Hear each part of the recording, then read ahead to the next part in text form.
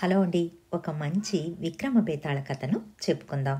పూర్వం వైదేహి రాజ్యాన్ని వసంతవర్మ అనే రాజు పరిపాలించేవాడు. రాజుకు వయసు మీద పడి చాలా వృద్ధుడు అయిపోయాడు. వసంతవర్మకు సంతానం లేకపోవడంతో తన తరువాత వారసుడు ఎవరు అన్న చింత ఒకవైపు, తాను బాగా వృద్ధుడయ్యి మరణకాలానికి దగ్గరవుతున్నాడన్న బాధ ఇంకొక వైపుతో విచారిస్తూ కుంగిపోసాగాడు.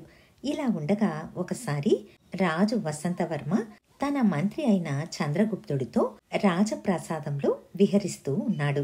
ఆ రోజు పున్నమి కావడం వల్ల వెన్నెల కురుస్తోంది. ఆ సమయంలో రాజు మంత్రితో, మహామంత్రి, ఈ అందమైన వాతావరణం, వెన్నెల కాంతిలో మెరిసిపోతున్న ఈ తోటను, ఈ రాజప్రాసాదాన్ని, రాజ్యాన్ని విడిచి నేను త్వరలోనే ఏదో తెలియని లోకాలకు వెళ్ళిపోవాలి కదా. నా సార్వభౌమాధికారం మృత్యుకోరల నుంచి నన్ను కాపాడలేదు కదా అని అంటాడు. ఇది విన్న మంత్రి రాజుకు మృత్యుభయం పట్టుకుందని గ్రహించి ఏం మాట్లాడాలో తెలియక మౌనంగా ఉండిపోతాడు. ఇద్దరూ మౌనంగా నడకను సాగించారు.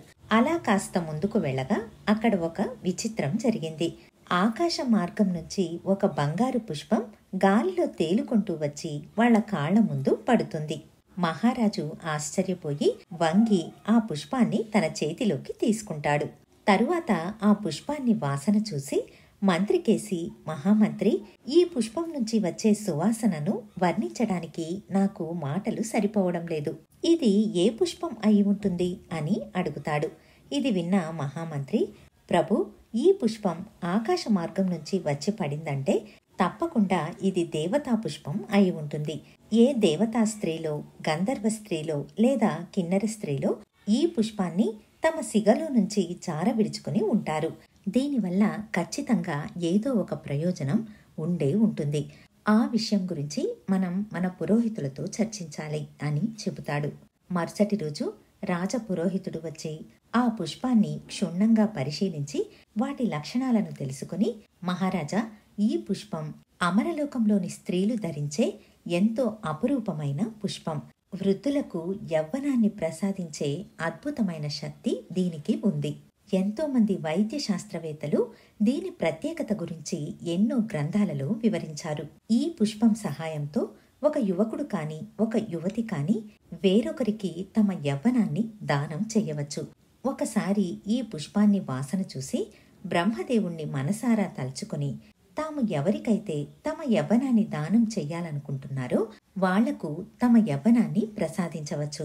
అయితే ఈ పుష్పం ద్వారా ఒక్క వ్యక్తికి మాత్రమే యవ్వనాన్ని ప్రసాదించగలరు అని దాని మహత్యాన్ని వివరిస్తాడు. ఇది విన్న రాజు, మంత్రి ఎంతో ఆశ్చర్యపోతారు. రాజుకు పట్టరాని ఆనందం వేస్తుంది. అతడు వెంటనే మంత్రితో, మహామంత్రి, ఎవరైతే తమ యవ్వనాన్ని మహారాజుకు దారపోస్తాడో అతడికి అర్ధరాజ్యమిచ్చి అమూల్యమైన కానుకలతో సత్కరిస్తానని వెంటనే చాటింపు వేయించండి అని చెబుతాడు. అలాగే మహామంత్రి చాటింపు వేయిస్తాడు. అయితే చాటింపు వేయించిన వారం రోజుల తరువాత కూడా ఏ ఒక్క వ్యక్తి తాను తన యవ్వనాన్ని దారబోస్తానని ముందుకు రాలేదు. దాంతో ఆశాభంగం కలిగిన రాజు మరింత తీవ్రంగా విచారించసాగాడు. ఇక లాభం లేదనుకుని మంత్రి స్వయంగా ఇద్దరు భటులను వెంటబెట్టుకుని నగరంలోనికి బయలుదేరాడు. అతడికి ఒక సత్రం దగ్గర అరుగు మీద కూర్చున్న ఇద్దరు భిక్షగాళ్లు కనిపిస్తారు. ఇద్దరికీ వయసు 25 లోపలే ఉంటుంది. అందులో ఒకడు గుడ్డివాడు కాగా ఇంకొకడు చర్మవ్యాధితో బాధపడుతున్నాడు. వాళ్ళిద్దరి వద్దకు వెళ్లిన మంత్రి, వారం రోజుల క్రితం రాజు చాటింపు వేయించిన విషయం మీకు తెలియదా? మీలో ఎవరో ఒకరు యవ్వనాన్ని దారపోస్తే అర్ధరాజ్యంతో పాటు మంచి విలువైన కానుకలు కూడా ఇస్తారు. కాబట్టి ఇద్దరూ పోటీ పడకుండా ఎవరో ఒకరు ముందుకు రండి అని చెబుతాడు. ఇది విన్న భిక్షగాళ్లు ఇద్దరూ ఎటువంటి ఆసక్తి చూపలేదు. దాంతో మంత్రికి కోపం వచ్చి, మీకు అర్ధరాజ్యం వద్దా? జీవితాంతం ఇలా అడుక్కొని బతకాలనే ఉందా అని అడుగుతాడు. అప్పుడు గుడ్డివాడు, గుడ్డివాణ్ణైన నాకు అర్ధరాజ్యం ఎందుకండి? గుడ్డివాళ్లకు కూడా అర్ధరాజ్యాన్ని ఇవ్వచూపే ధర్మప్రభువులు 10 కాలాల పాటు చల్లగా ఉండాలి అన్నాడు విరక్తిగా నవ్వుతూ. రెండవవాడు, బాబు, అర్ధరాజ్యం కోసం నా యవ్వనాన్ని ఇచ్చేస్తే తరువాత అర్ధరాజ్యం వచ్చినా నేనేం సుఖపడగలను? ఇప్పుడు ఉన్న వ్యాధితో బాధపడుతున్న నేను అకాలమైన ముసలితనం కూడా తెచ్చుకొని ఇంకా బాధపడటం కన్నా ఇలాగే ఉండటం మేలు అని అంటాడు. ఇది విన్న మంత్రికి ఒళ్ళు మండి, చీచి, ముష్టివాళ్లకు కూడా లోకువైపోయాను అని అక్కడ్నుంచి తిట్టుకుంటూ వెళ్ళిపోతాడు. మంత్రి రాజభవనం చేరేటప్పటికీ రాజు ఒక గజ దొంగను విచారిస్తున్నాడు. అతడి పేరు భీముడు. 25 కూడా నిండని యుక్త వయసులో ఉన్న భీముడు రాజుతో, ప్రభు, నేను నగరంలో దోచుకున్న ఇళ్లన్నీ అక్రమార్జనతో ధనవంతులైన వాళ్ళు. ఆ దోచిన డబ్బంతా నేను నిరుపేదలకు పంచిపెట్టాను. సామాన్యులను దోచుకోలేదు, స్త్రీలను ఎప్పుడూ అవమానించలేదు. నాకు ప్రాణాపాయం కలిగిన సందర్భాలలో కూడా ఎప్పుడూ హత్యలకు పాల్పడలేదు అని నిర్భయంగా చెబుతాడు. దొంగ మాట్లాడేదాన్ని బట్టి చూస్తే అతడు అబద్ధాలు చెప్పడం లేదని రాజుకు తెలిసింది. అతడి నీతి నియమాలు కూడా రాజును ఎంతో ఆకర్షించింది. అయితే దొంగను శిక్షించకుండా వదలడం ఎలాగా అని రాజు ఆలోచిస్తూ ఉన్నాడు. ఇంతలో మంత్రి రాజును సమీపించి చిన్నగా రాజుతో, ప్రభు, నగరమంతా చుట్టి వస్తున్నాను. ముష్టివాళ్లు కూడా తమ యవ్వనాన్ని ఇవ్వటానికి అంగీకరించడం లేదు. ఈ నేరస్తుడికి ఏ శిక్ష విధించినా మనకు వచ్చే లాభం ఏమీ లేదు. మీరు అనండి, కథ మొత్తం నేను నడుపుతాను అని అంటాడు.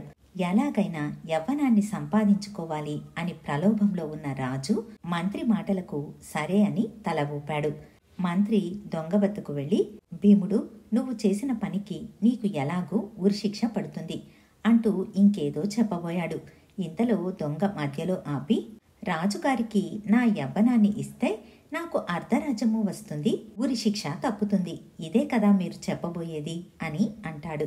ఇది విన్న మంత్రి ఎంతో ఆశ్చర్యపోయి, నీ తెలివితేటలు అమోఘం, నా మనసులోని మాటను బాగా గ్రహించావు, దీనికి నీకు సమ్మతమే కదా అని అడుగుతాడు. ఇది విన్న భీముడు గట్టిగా నవ్వి, మహారాజు సహృదయంతో నన్ను మన్నించి ఉంటే అతడి ఔదార్యానికి ఎంతో సంతోషపడి ఉండేవాణ్ణి. అలా కాకుండా చట్టబద్ధంగా శిక్ష విధించినా కూడా అతడి నిజాయితీకి గర్వపడి ఉండేవాణ్ణి.